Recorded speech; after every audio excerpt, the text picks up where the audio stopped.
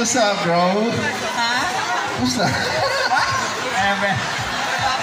Enrique, batiin mo nga sila. Batiin mo naman ang SM Caloocan. Yes! Sa lahat po na pumunta kayo sa SM Caloocan, maraming salamat po at napunta kayo dito at makasama kami. Maraming salamat po. Excited na ba kayo para sa aming pelikula? I love you! Ayan, Enrique.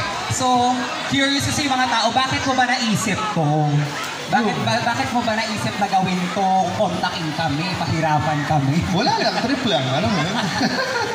Joke lang. Siyempre gusto namin ng something exciting naman para sa aming mga Pilipino. Ngayong Pasko, hindi lang puro happy. Kailangan medyo matakot din tayo lahat. So sana po manood po kayo lahat ng Strange Frequencies. Taiwan Killer Hospital. December 25 na po yan in cinemas nationwide. And I love you all. Maraming salamat po. I love you too. Ano yung sa tingin mo yung dapat nilang abangan sa Strange Frequencies? Siyempre si Raph. Abangan natin dito si Raph. Kasi grabe talaga yung takot niya dito. Mag-voice po.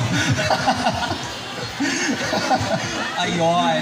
So, tawagin na natin, Enrique, yung mga kapwa pa natin. Sure. Oo naman. Alexa, Zark, and Rob. Guys, gusto niyo ba ng posters? Gusto niyo? Alright! Ayan!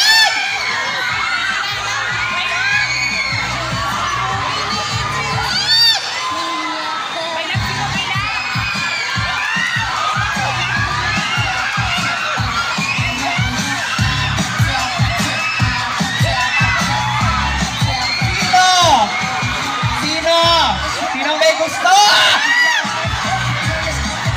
Sa taas, abot ba? Kaya, dito na lang.